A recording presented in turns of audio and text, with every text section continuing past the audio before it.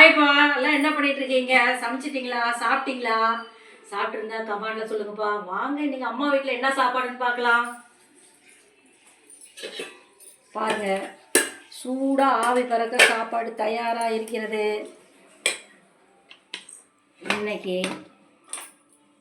முருங்கைக்காய் மாங்காய் போட்டு சாம்பார் வச்சுருக்கேன். பாருங்கள், சூப்பராக இருக்கும். முருங்கைக்காய் மாங்காய் போட்டு சாம்பார் கொஞ்சமாக தான் வச்சுருக்கேன். கோவக்காய் பொரியல், சுகருக்கு ரொம்ப நல்லது. கோவக்காய் அப்படியே பெரட்டினாப்பில் இஞ்சி பூண்டு போட்டு கோவக்காய் அப்படியே பெரட்டினாப்பில் வச்சுருக்கேன்.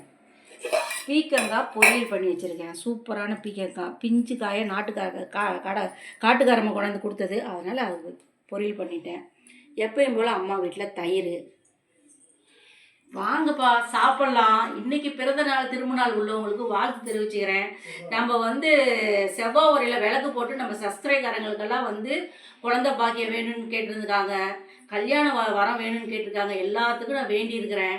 நல்லபடியாக அடுத்த வருஷத்துக்குள்ளே அந்த பொண்ணுக்கு நந்தினின்னு ஒரு பேர் உள்ளவங்களுக்கு குழந்தை வரம் கண்டிப்பாக கிடைக்கும். நீங்கள் சப்ஸ்கிரைப் பண்ணுங்கப்பா, லைக் பண்ணுங்கள், ஷேர் பண்ணுங்கள். பாய்.